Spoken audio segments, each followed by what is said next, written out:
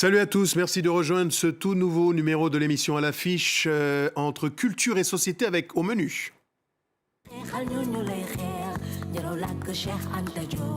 Le 35e anniversaire de la disparition de l'intellectuel et savant sénégalais Cheikh Anta Diop en compagnie de l'égyptologue Jean-Charles Kovy Gomez.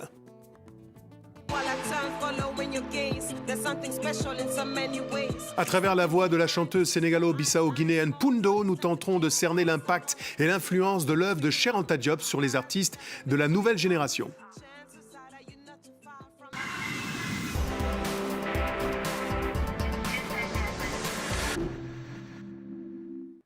Salut à tous, merci de nous rejoindre à l'échelle du monde. Bienvenue dans cette émission que nous souhaitons pharaonique en compagnie de deux invités de prestige. Tout d'abord, la jeune chanteuse Poundo qui représente la fine fleur de la créativité tendance nouvelle génération. Mais nous accueillons également sur ce plateau l'égyptologue Jean-Charles Kovy Gomez. Soyez le bienvenu. Merci de m'accueillir. Alors, c'est le 35e anniversaire de la disparition de Cheikh Anta Diop. Rappelons-le, il disparaissait le 7 février 1986, laissant derrière lui de très nombreux héritiers, de très nombreuses héritières dans le monde, et dont vous faites partie. C'est d'ailleurs pour eux, quelque part, que vous avez tenu à livrer les premiers mots. Vous avez tenu à rendre hommage notamment à l'un d'entre eux, son plus proche collaborateur, le professeur Théophile Obenga, que nous saluons s'il nous regarde du côté du Congo. Je tiens à préciser d'entrée de jeu que Cheikh Anta Diop, pour nous, représente un monument d'érudition qui baignait dans un océan d'humilité. Pour l'avoir rencontré moi-même, je puis dire que c'était un homme qui était vraiment un puits de connaissances. Mais il était humain, il était chaleureux. Et donc, avec son disciple, celui-là même que nous qualifions de chef de file de l'école africaine d'égyptologie, à savoir le professeur Théophile Obenga, ils ont formé une équipe, une sorte de dream team qui a franchi tous les obstacles et levé les hypothèques. Et c'est pour cette raison qu'aujourd'hui, nous sommes fiers de commémorer le 35e anniversaire de son voyage vers les champs d'Yalou, à la rencontre des mânes des ancêtres. Alors je vous propose, on va revenir sur le professeur Obenga dans quelques instants, mais d'entendre un extrait à travers cette archive de la voix de Cheikh Anta Diop lui-même. Il est certain que les savants d'il y a 150 ans, les contemporains de la naissance de l'égyptologie moderne, savaient parfaitement que l'Égypte était une civilisation nègre et négro-africaine. Il ne manquait pas de science, absolument pas. Mais ils ont falsifié sciemment l'histoire. Oser parler contre les égyptologues, ça a été un coup de tonnerre. Un coup de tonnerre. On n'a plus pu parler de l'africanisme sans parler de nation nègre et culture, même pour le démolir. Voilà, Cheikh Anta Diop a marqué le temps et son histoire, un événement en relation avec Théophile Obenga. Que s'est-il passé à la conférence du Caire en 1974 ? C'était le 28 janvier, l'ouverture, et le colloque s'est terminé le 3 février 1974. L'objet, justement, de cette discussion qui a réuni un aréopage des savants en matière d'égyptologie. La France a délégué, pour la circonstance, ses 3 meilleurs égyptologues. Le professeur Leclan, le professeur Vercouter et le professeur Sonneron. Mais les États-Unis ont délégué aussi Mme Gordon-Jacquet.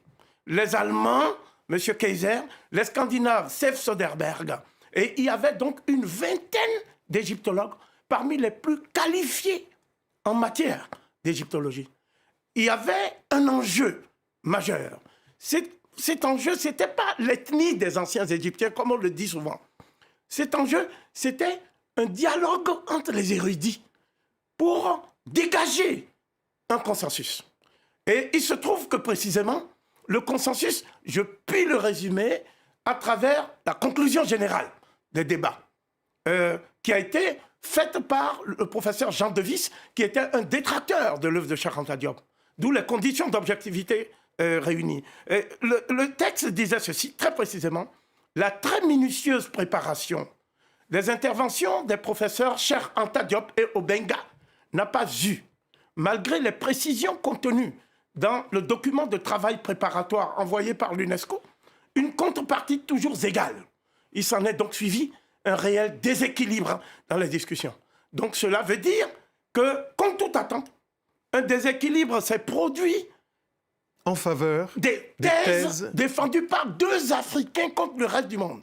Théophile Obenga et Cheikh Anta Diop. Alors, nous avons en ligne avec nous donc la jeune génération. Pundo, vous êtes là, vous débarquez fraîchement. On est désolé, on devait vous accueillir sur ce plateau, mais pour des restrictions barrières et sanitaires, vous n'êtes pas avec nous, mais le cœur y est et l'esprit.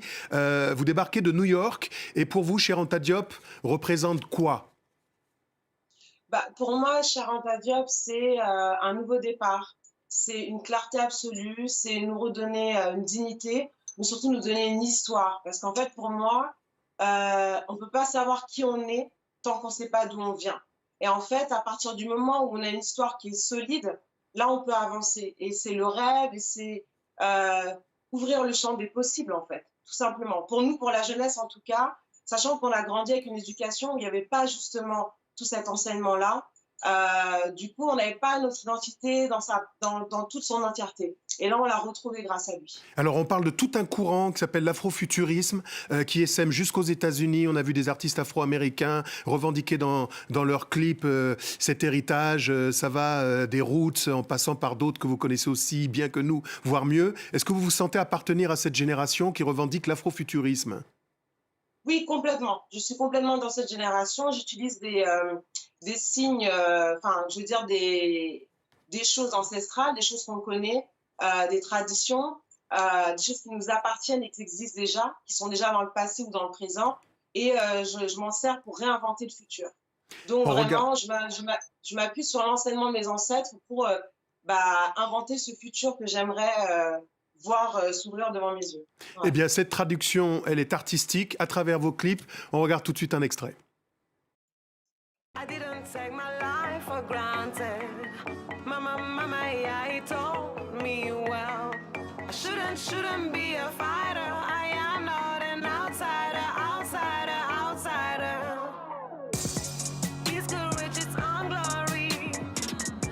Rwan decided to stand out and tell the pride to frame the scene. Once they are silently blind, we are more than we've been told.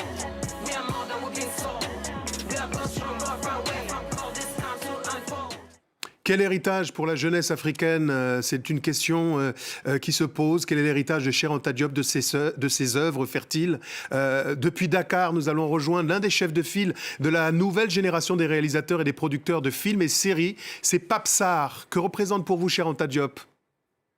Bonjour à Mobé, bonjour à France 24. Vous savez, Cheikh Anta Diop a changé ma vie. Je suis un réalisateur, mais aujourd'hui, tout mon socle, et je pense pour beaucoup de jeunes sur le continent, a été forgé par la vision de Cheikh Anta Diop, car il a su promouvoir la véritable histoire africaine à travers notre propre paradigme, en démontrant qu'il a toujours été profondément arbitraire d'exclure systématiquement l'Afrique noire lorsqu'il est question d'invention, de science ou de réflexions humaines. Je pense aujourd'hui que la jeunesse africaine a besoin d'abreuver son intelligence en puisant dans les œuvres de Cheikh Anta Diop pour s'en servir comme modèle et référence. Voilà, un jeune Africain d'aujourd'hui qui s'exprime. Ça, c'est l'héritage de Cheikh Anta Diop, qui, dites-vous, était un humaniste et que l'on a voulu enfermer dans l'idéologie. Je pense que la meilleure façon de combattre des thèses qui sont irréfutables, c'est de procéder à une sorte de transfert idéologique et de vouloir faire de Cheikh Anta Diop un raciologue, pour ne pas dire un racialiste. Or, Cheikh Anta Diop voulait la réconciliation de l'humanité avec elle-même. Cheikh Anta Diop voulait mettre en place les conditions d'un dialogue des civilisations et non pas d'un clash, c'est-à-dire, comme on dit aux États-Unis, un choc des civilisations. Et s'il y a une phrase qui peut résumer la thèse de Cheikh Anta Diop, c'est bien celle-ci. L'idéal de Cheikh Anta Diop, c'était de redécouvrir ce qui fait que tous les hommes sont l'homme. Et, quelle que soit la latitude ou la condition qu'ils vivent, ils méritent le respect et la considération de tous les autres hommes parce que tous portent en eux une parcelle de cette essence divine par quoi se manifeste l'éminente dignité de la nature humaine. Cheikh Anta Diop, c'était ça. Il fallait que l'Afrique recouvre cette dignité parce qu'elle est, malgré tout, le berceau de la civilisation humaine et, pour ne pas dire aussi, la matrice de l'humanité elle-même. Elle a donné à l'homme l'homme lui-même. C'est donc un don précieux, un don irremplaçable.